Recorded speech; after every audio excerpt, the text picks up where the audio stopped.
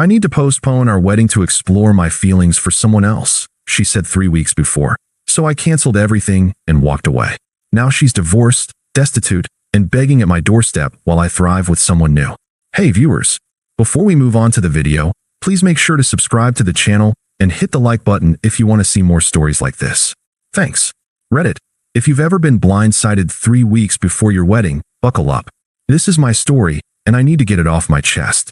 I'm Alex, 28 at the time, and I thought I had it all figured out. Emily and I had been together for 5 years, since college. We met in a psych class. She was the outgoing one, always cracking jokes during lectures, and I was the quiet guy in the back row taking notes. Somehow we clicked. She said I grounded her, made her feel secure. I believed it. From the start, I was all in. I supported her through everything.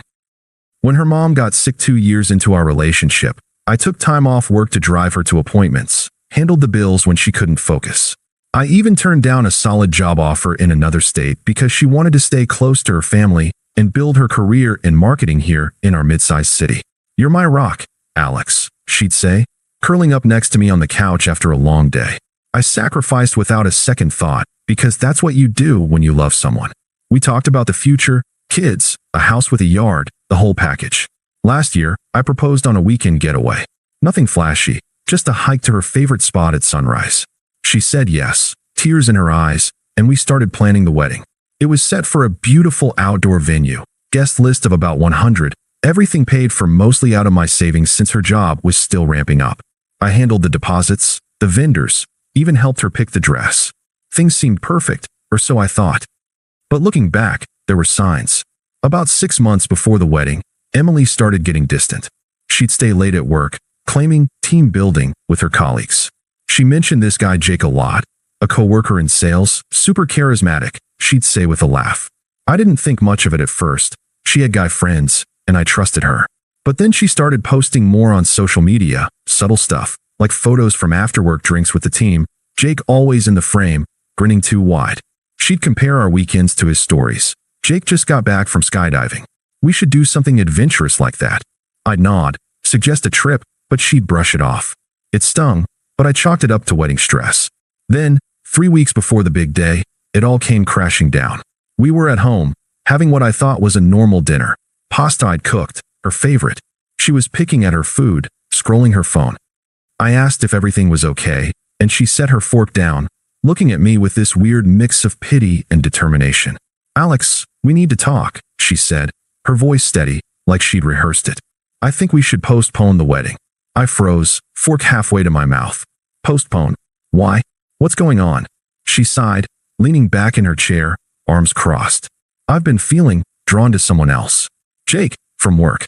It's not like I've done anything physical yet, but these feelings are strong. I need space to explore them. It's not fair to you or me to rush into marriage without knowing for sure. Her words hit like a sucker punch, but she said them so casually, like she was discussing rescheduling a dentist appointment. Explore your feelings? Emily, we're 3 weeks out. Invitations are sent. Everything's booked. What about us? What about the last 5 years? She rolled her eyes a little, that smug edge creeping in. Don't make this dramatic, Alex. This is about my growth. You've been great, reliable, steady, but Jake makes me feel alive in ways you don't. He challenges me, pushes me out of my comfort zone. With you, it's just comfortable. And honestly, I deserve to figure out if there's something more before I commit forever. I sat there, staring at her, the room feeling smaller. Flashbacks hit me. Nights I stayed up helping her with her resume. The time I loaned her money for that certification course when she was short. I'd given so much. And here she was, twisting it into some flaw. So, you're saying I'm not enough? That our life together is boring. Not boring, just safe. Predictable. Jake's spontaneous, exciting. We've already spent so much on the wedding. Maybe we can reschedule later, once I sort this out. But right now, I need to do this for me. It's not cheating, it's honesty. You should thank me for not going through with it blindly and resenting you later. Thank her? For gutting me like this? Her logic was so twisted, making it sound like she was the hero for confessing. She sat there, expectant, like I was supposed to nod and agree. But something in me shifted. I wouldn't beg or yell. I'd seen enough of those stories, guys pleading, only to get dragged through more humiliation. No, if she wanted out, she'd get it. Okay, I said finally, my voice even. If that's what you need.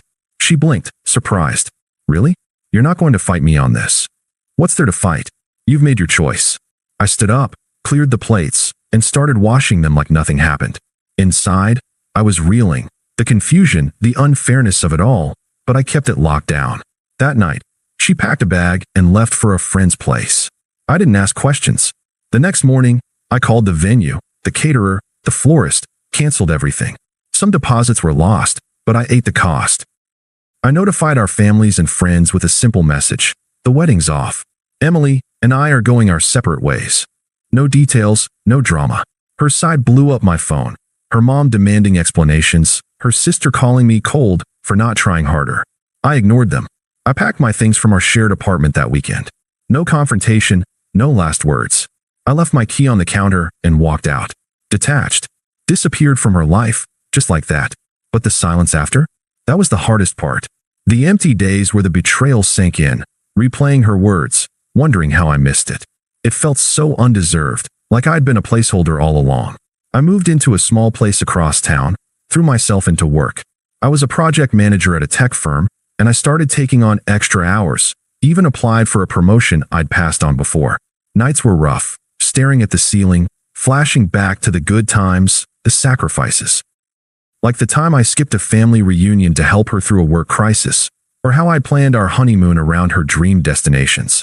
It all felt wasted now. The confusion gnawed at me. How could someone flip so suddenly? Was I really that predictable? But I didn't reach out.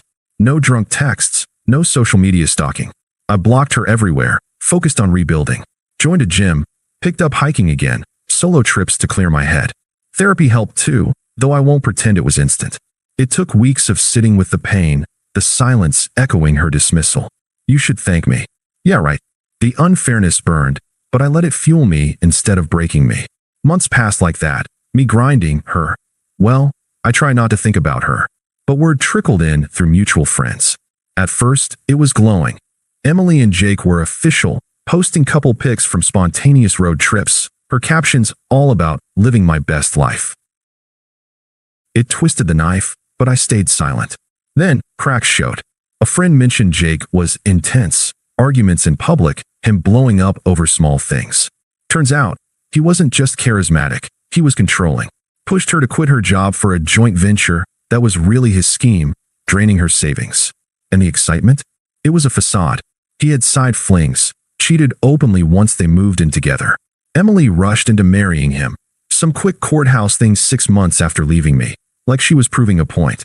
But karma doesn't play favorites. The marriage imploded fast. Jake got abusive, verbal at first, then worse. He isolated her from friends, spent what was left of her money on his business ideas that went nowhere. When she confronted him about the cheating, he bailed, leaving her with nothing but debt and an eviction notice. Her reputation tanked too. Workplace drama from the affair got her blacklisted in our industry circles. Mutual friends started distancing themselves once the full story emerged. We saw how she treated you, Alex. She's toxic. I heard bits and pieces, her spiraling, alone in a crappy apartment, job hunting desperately. It was ironic, watching from afar as her growth led straight to ruin. But I didn't gloat. I just kept building. Landed that promotion, started dating casually, met people who actually valued stability. My internal voice shifted from why me to that was a bullet dodged. The betrayal still stung in quiet moments, but it didn't define me anymore. I was free, clearer than ever. It started small, about a year after the split. I'd just gotten settled into my new routine, promotion locked in, a nicer apartment, even started seeing someone casually. Life was moving forward, and Emily was a fading memory. Then, one evening, my phone buzzed with a text from an unknown number. I almost ignored it, but curiosity won. Alex, it's Emily. I got a new number. Can we talk? I miss you. I stared at the screen, the words pulling me back to that dinner table. Miss me? After exploring her feelings, I didn't respond. Blocked it. But that was just the beginning. A few days later, another text from her old work email, of all things. Hey, I know I hurt you, but things with Jake, they didn't work out. He wasn't who I thought he was. Abusive, controlling. I left him, got divorced last month. It's been hell. Remember how good we were. I made a huge mistake. Please, let's meet up. Coffee. For old time's sake. Divorced. So that's how it went. She'd rushed into marriage with him, probably to make it all seem legitimate. But now, begging. Her tone was pleading, laced with that same self-focus. Her mistake, her hell. No real apology for the pain she caused me. I typed back a single line. Not interested. Take care. Then blocked the email too. She didn't stop. Calls started coming from friends' numbers, our mutual circle, or what was left of it. First was her best friend, Lisa, who I'd always gotten along with. She left a voicemail. Alex, it's Lisa. Emily's in a bad place. She's crashing on my couch. Lost her job because of the drama at work. Jake cleaned her out in the divorce. Left her with nothing. She's sorry, really. You two were great together. Just hear her out? For me, I didn't call back. Next came her sister, Megan, who was always blunt to a fault. She texted, "Grow up, Alex. Emily's hurting bad. You owe her a conversation after all those years you mooched off her emotionally. Be a man and pick up the phone." Mooch. I'd supported Emily through everything. Toxic, just like her. Blocked. Then Emily escalated. A week later, she showed up at my office building, must have asked around to find out where I work now. I was heading out for lunch when I saw her waiting by the entrance, looking disheveled, eyes red like she'd been crying. "Alex, please, don't walk away. I need to talk to you."